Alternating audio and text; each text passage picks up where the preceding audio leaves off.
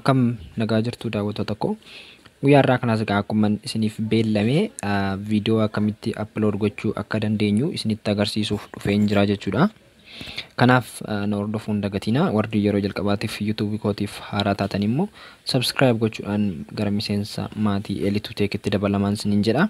Kanaaf guyyaa irraa kana egaa viidiyoo keenya mobaayilii qofaan fayyadamnee akkamitti akka upload gochuu dandeenyuun isinitti agarsiisaa jechuudha. Kanaaf jalqaba irratti YouTube keessan deemtanii banattu jechuudha. YouTube keessan gaafa bantanii kun bifa kanaati jechuudha kan inni isiniif dhufu. Ergaa kanatti dhuftaniiti wanti isin gochuu qabdan iddoo kanaati kana keessa galtu. Zan iddoo kanaati emailii keessanitti galuusaa hin dagatina iddoo kanaati jechuudha. Zan erga iddoo kanatti galtaniiti your channel kan jedhu irratti kilik gootu jechuudha. Gara channelii keessanitti isin geessa.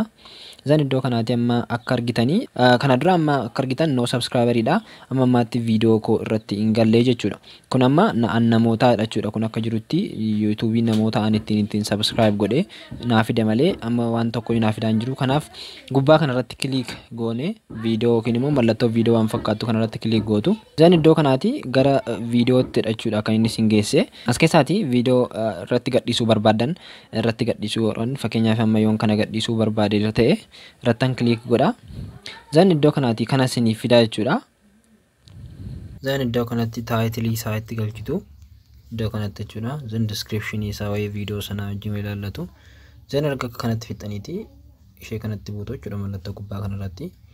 Zan uploading gochaa jira jechuudha. Haaluma kanaan salphaatti gaa upload godhachuu hin dandeessu jechuudha. YouTube keessan irratti viidiyoo haala salphaa kanaatiin gaa upload godhachuu salphaamatti hin dandeessu. Baay'ee galatoomaa.